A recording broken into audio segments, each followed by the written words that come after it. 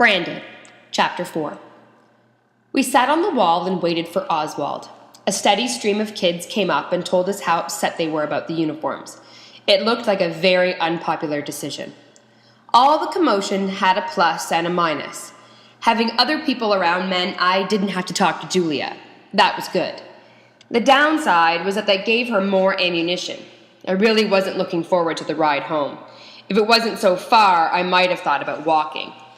It was Julia's car, so it wasn't like I could leave without her. I had the strangest thought. I could ask to borrow the car keys because I wanted to wait in the car. Then I'd just drive away. If she was angry now, I could just picture her face when I honked, waved out the window, and drove away in her car. It almost would have been worth it. Oswald came out of the school. "Let's go," I said to Julia.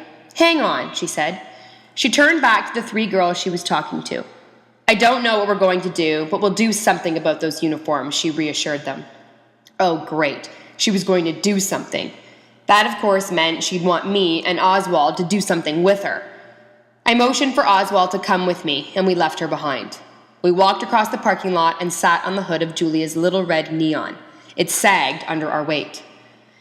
"Look, whatever you do, don't say yes to anything Julia suggests on the way home," I said. "What if she suggests stopping at Wendy's and buying us both a #1 combo? Her treat." "She's not going to suggest that. And even if she did, that would only be a bribe to get us to go along with her." "I'm open to bribes," Oswald suggested. "But if she thinks she can get me to do something crazy for a meal, she's the one who's crazy." "Good, because I'll hold out for at least 3 meals," he said. "Or maybe it should be prorated. 2 meals for each detention it cost me and 4 meals for each day of suspension. Quit joking around." "I'm not joking. If she crosses Mr. Roberts on this, detentions and suspensions are definitely on the menu," Oswald replied. "Just don't agree with her," I said. I thought about how that might just get her going even more. "And don't disagree with her either." Oswald laughed. "That narrows down the options. What are you suggesting?" "Let's just try to be neutral. Not commit, not get involved, but not get involved. Let's wait her out until she gets calmer." "Does waiting her out ever work?" Oswald asked. "She just gets more revved up. Maybe we should just make a run for it." "Too late. Here she comes." Julia walked toward us. I expected her to look angry, but she didn't. Instead, there was a smug little smirk on her face. She was enjoying this, or was amused by it. Julia, angry, was dangerous. Julie, amused, was deadly. She clicked her remote, and the car beeped and the locks clicked open. She climbed in, and I did a loop around Oswald and opened the back door. I gave him a little smile. He knew what I was doing and why I was doing it. Usually we would have fought for the front seat, but not today. I would have taken the trunk if I could have gotten away with it. Oswald climbed in beside Julia. What choice did he have? I slid across the back seat so I was directly behind Julia. That way she couldn't even see me in the rearview mirror. Julia started the car, and we drove away. So far, there was silence. Silence was good. 30 seconds down and about 500 to go. As long as we made all the lights and there was no traffic. "So, what are we going to do?" Julia asked. I didn't answer. I knew I could wait, and Oswald would fill the silence. "What are we going to do about what?" Oswald asked. "Are you stupid?" she snapped. "Well, that's another question completely. Are we going to do something about me being stupid? Is that what you mean?" "There's nothing that can be done about that, short of surgery or a miracle drug," Julia said. "I know enough to just say no to drugs." "Are you talking about the uniforms?" he asked. "Of course I'm talking about the uniforms. What are we going to do?" "That's easy," Oswald said. "We're going to get those uniforms and put them on and then go to school. I'm looking forward to seeing you in one of those uniforms." "What?" Julia questioned. "Yeah, I saw pictures of the girls' uniforms, knee socks and short skirts and—" "Shut up, Oswald. And if you wore high heels, it would—" "Do you want to walk?" Julia asked. "Not really, but at least I'm wearing running shoes instead of high heels." "Shut up, Oswald." "Ian, what are we going to do?" Julia asked.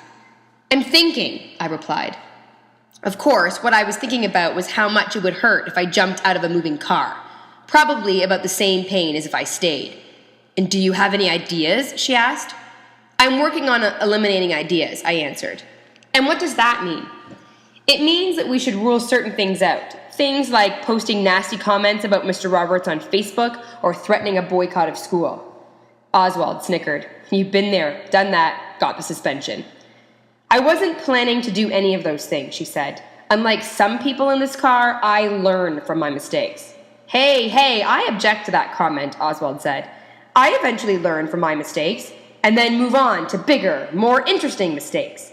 You should both be grateful for what I do. I consider myself a role model. Want to explain that one, I asked. What's to explain? You learn from good examples and bad examples. You both have to admit that you have learned from my adventures.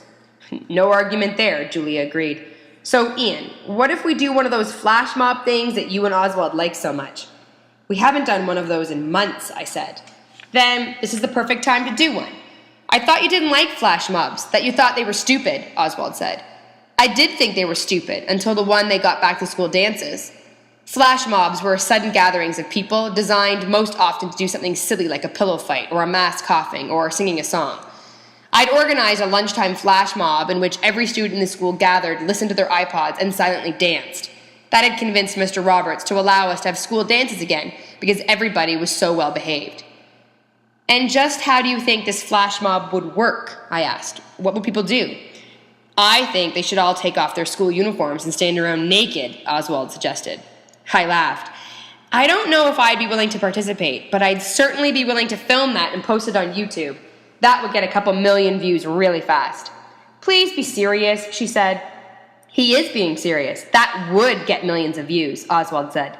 Depending on who he has the camera focused on, I might watch that one 1,000,000 times myself. Julia pulled into my driveway. I was so grateful to be getting out first. Thanks for the ride, I said. Could you at least think about it? Julia asked. Sure, I'll think, I said. I just couldn't promise to come up with an answer. Chapter 5.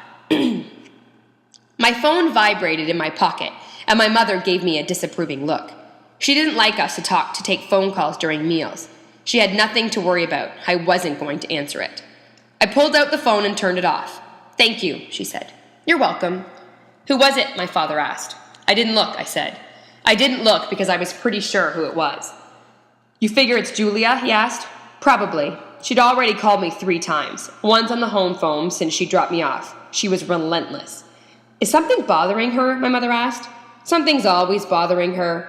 You will call her back, right? My mother asked. It's only polite. I will, just not right now. It wouldn't be polite to interrupt our meal. You should invite her for dinner more often, my mother said. At least when she wouldn't call during the meal, I said. I really do like that girl, she said. I don't. You don't. But you're putting me on, she said. Of course I like her. She's one of my best friends, I said. You know, I can still see the two of you together as a couple, she said. Leave the boy alone, my father said. I know he had the same thoughts, but he was smart enough to keep them to himself. You two would make such a cute couple, she went on. Julia isn't the sort of person you date, I said. No, my mother asked. But marriage I could see, I said. What? Both my parents said in unison. Julia would be a nightmare to date, I explained. She's too opinionated, too temperamental, and too difficult, at least right now. But later, like after university, I think she might mellow out. I guess that could happen, my father said. What did you think of Mom when you first met her? I asked. He laughed. I thought I already knew the answer. They had met when they were both beginning lawyers. They were on the opposite sides of a trial, battling against each other. Well, what did you think of her? I asked again. To be honest, I thought she was opinionated, temperamental, difficult, and... Look who's talking, she exclaimed. Let me finish. And she was so hot that I could hardly keep my mind on the trial. My mother leaned over and gave my father a big kiss. Come on now, no public displays of affection. I'm trying to eat here. They stopped their lip lock. My father actually looked embarrassed. It's nice to know that you and Julia have a future together, my mother said.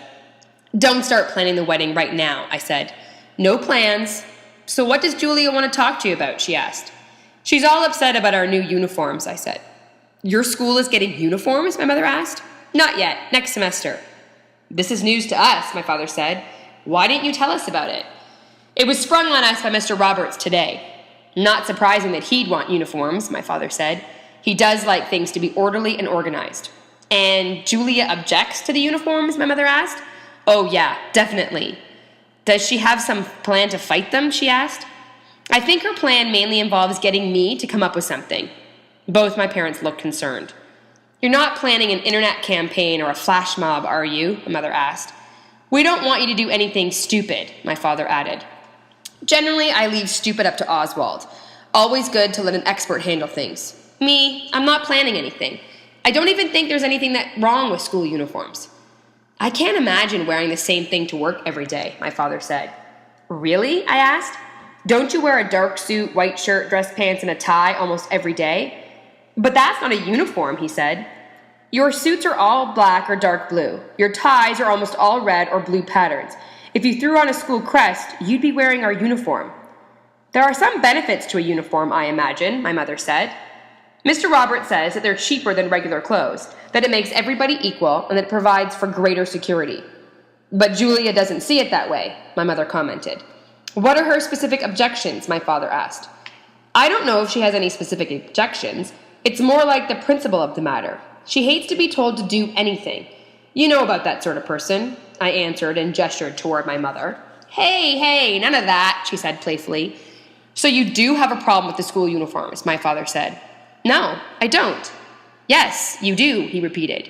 Your problem is Julia expects you to do something. I guess that is a problem, I agreed.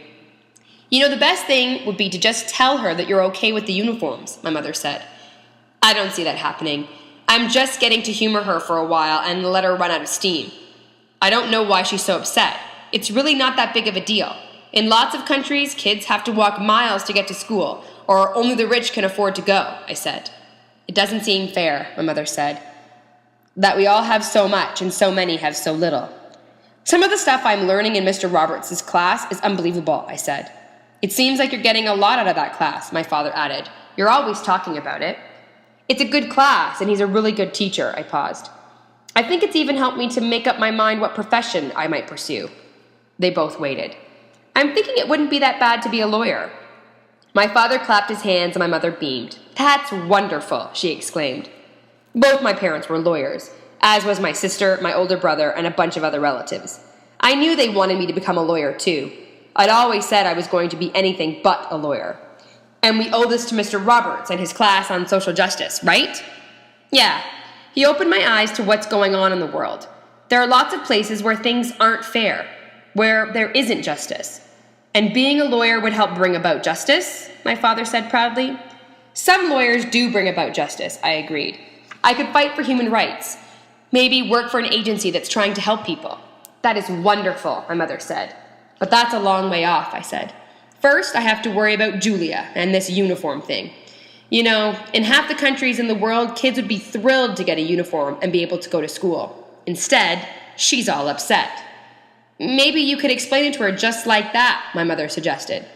I could, I said, but then you'd have to put those wedding plans on hold permanently.